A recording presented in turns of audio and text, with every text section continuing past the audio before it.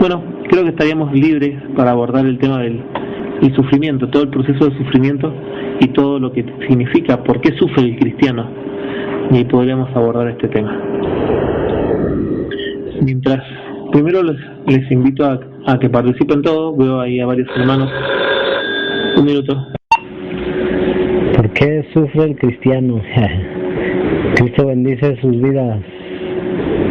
Está bien, está bien. Bueno, ahí va mi punto. El cristiano sufre por la paciencia, ¿no? Teniendo paciencia, ahí está el sufrir del cristiano. Y bueno, ese es un punto cambio. Bendiciones. Bien, vamos a introducir la pregunta de apertura, ¿no? Agradeciendo a Dios que nos permite poder reunirnos y aprender un poquito más. Este es el cierre del discipulado que he estado compartiendo en todo este proceso, ¿no? Este es el cierre del discipulado, después empiezo el discipulado de cero.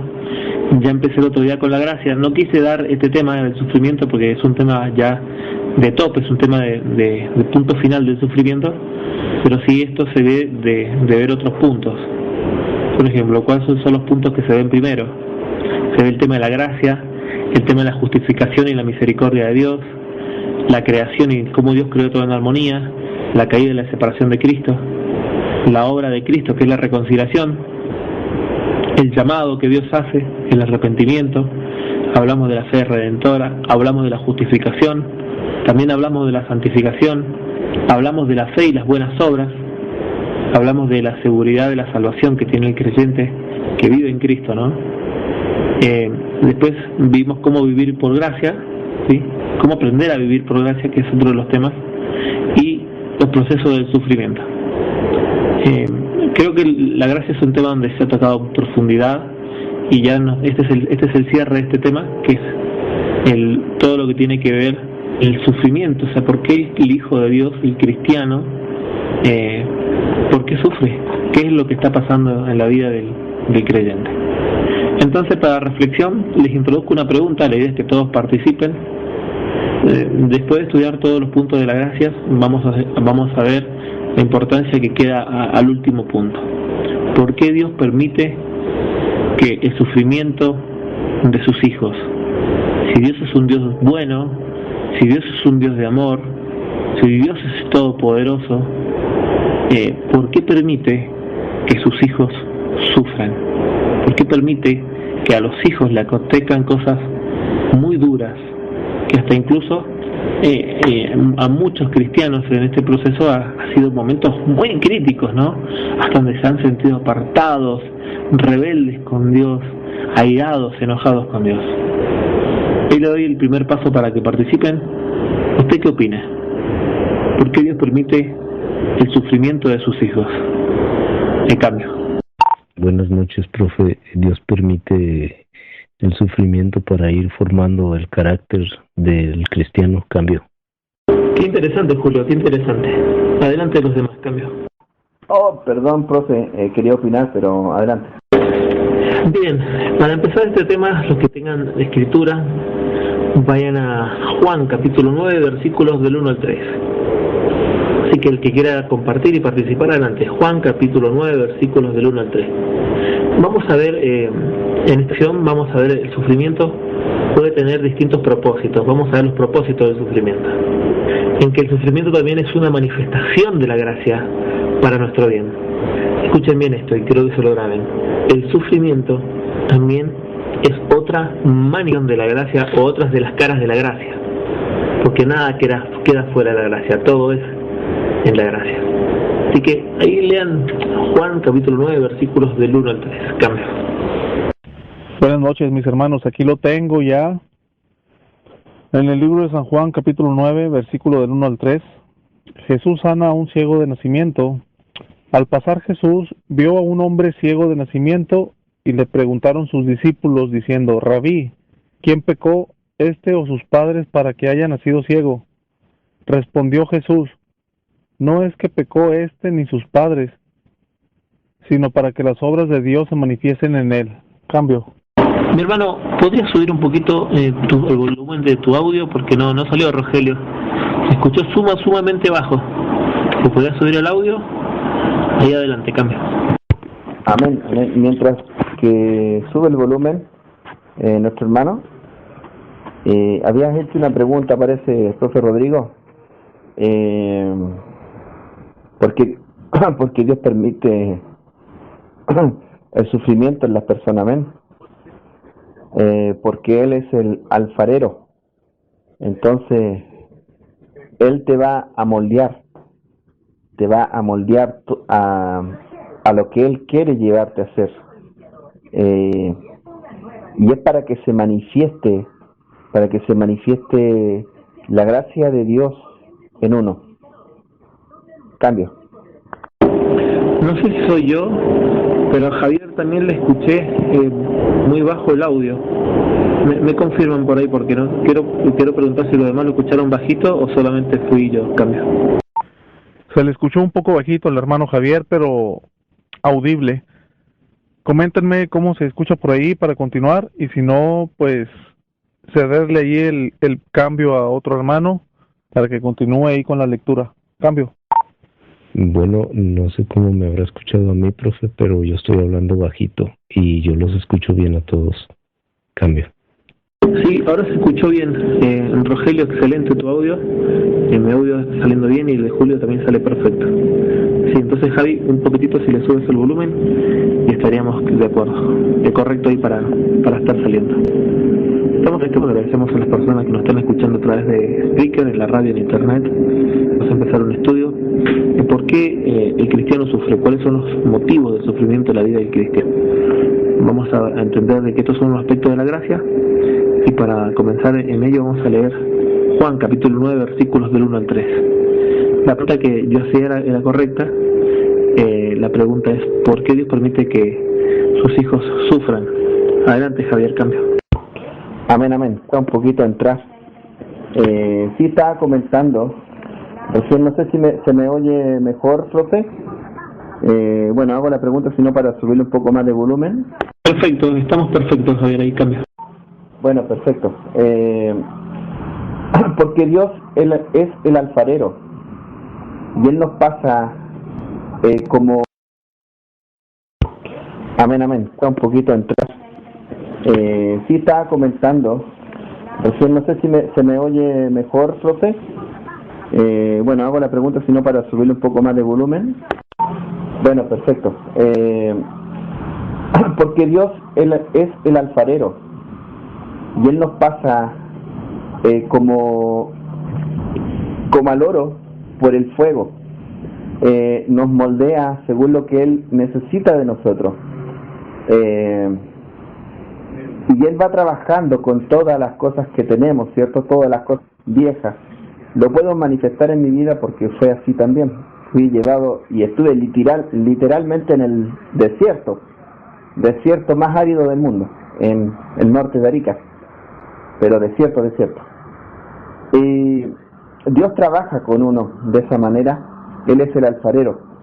Por tanto, es para que se manifiesten las obras de Dios en uno, para que se manifieste su gracia, para que las obras de Dios sean manifestadas en uno. Amén. A través de todo el proceso que hace. Cambio. El Señor los bendiga, mis hermanos.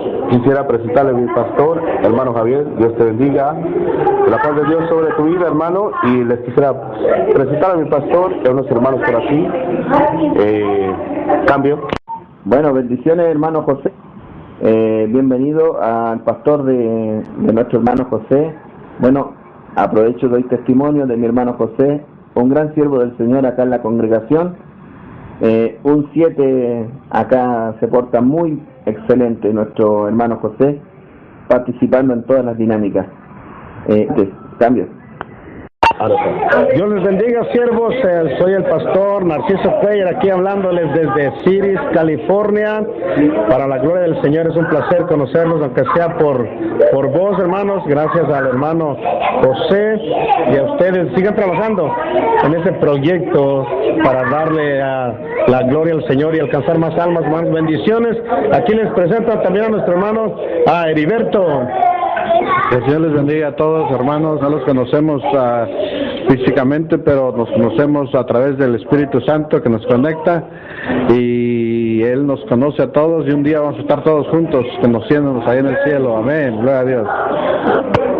Bueno, le damos el pase a Rodrigo, que él es el administrador del canal, para que pueda hablar. Cambio. Bendiciones, el hermano José, un gusto escucharlo de Estados Unidos, y a todos los hermanos, los pastores y siervos en la congregación de California. Las mejores bendiciones desde acá, desde Chile.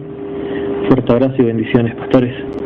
A los hermanos que se comunican de las diferentes partes del mundo, estamos saliendo desde Sello para todo el mundo. Sello es un programa que nos permite conectarnos. Este es un canal cristiano, se llama La Congregación, y a través de él poder llevar palabra a Dios y bendición a todo el mundo.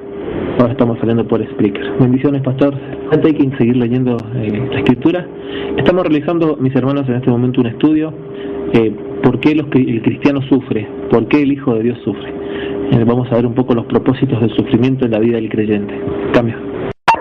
Saludos, hermano profesor. Que Dios le bendiga. Por aquí presentando al pastor y unos hermanos por aquí. Dios le bendiga. ¿Cómo está, hermano Lenin? Hermano Lenin, de aquí de Modesto, California. Para la gloria de Dios.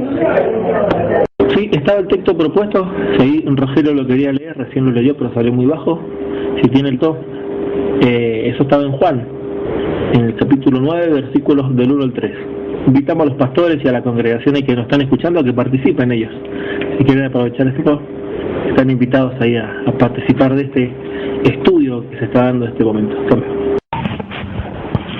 Juan, versículo 9, del 1 al 3.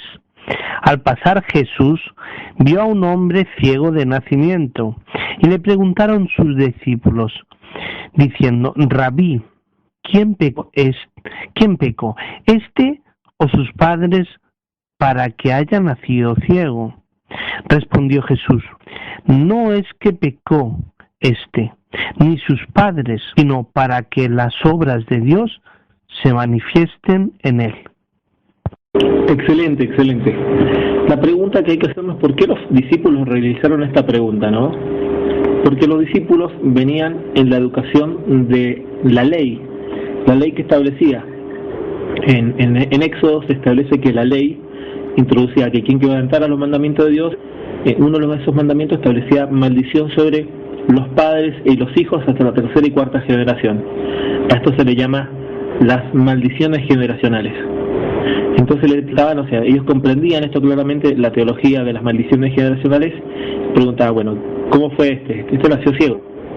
¿Quién pecó? ¿El padre, el abuelo, el tío, el primo? ¿Quién fue? Entonces, bueno, dice acá, en este caso no ha pecado nadie, sino que venía para manifestar, sí, la gloria de Dios. ¿Sufría el ciego por causa de algún pecado especial que él había cometido o que alguno de sus parientes o padres o abuelos habían cometido? No. Entonces, ¿qué es lo que hace Cristo? Introduce algo nuevo. ¿Qué es lo nuevo? Que muchos de los casos ya no son por pecado, sino esperando para que Dios se manifieste. En este caso, Cristo se está manifestando en gloria. Y recuerdo haber visitado a un amigo en Curicó, acá en Chile. Esto queda un poco al sur de donde estoy viviendo, y vivía frente a un hospital. Y me decía: Rodrigo, ¿sabes qué? Cada vez que yo paso por ese hospital y veo a los enfermos pasar, yo veo una posibilidad para que Dios se glorifique. Qué interesante, se me quedó guardado eso, ¿no? Acá vemos que Cristo nos enseña algo importante, que ya no están necesariamente ligadas a las maldiciones generacionales, sino hay expectativas esperando que Dios se manifieste. Ahí hay otras respuestas para muchas personas que preguntan: ¿hoy Dios sigue o no sigue haciendo milagros? La respuesta es sí, porque Dios sigue glorificándose. Dios aún se sigue glorificando. Sería uno. Para eso necesitamos leer Job, capítulo 1, versículos 1. Job, capítulo 1, versículo 1. Cambio. Hubo en la tierra de Uz un varón llamado Job, y era este hombre perfecto, temeroso de Dios y apartado del mal. Cambio. Correcto.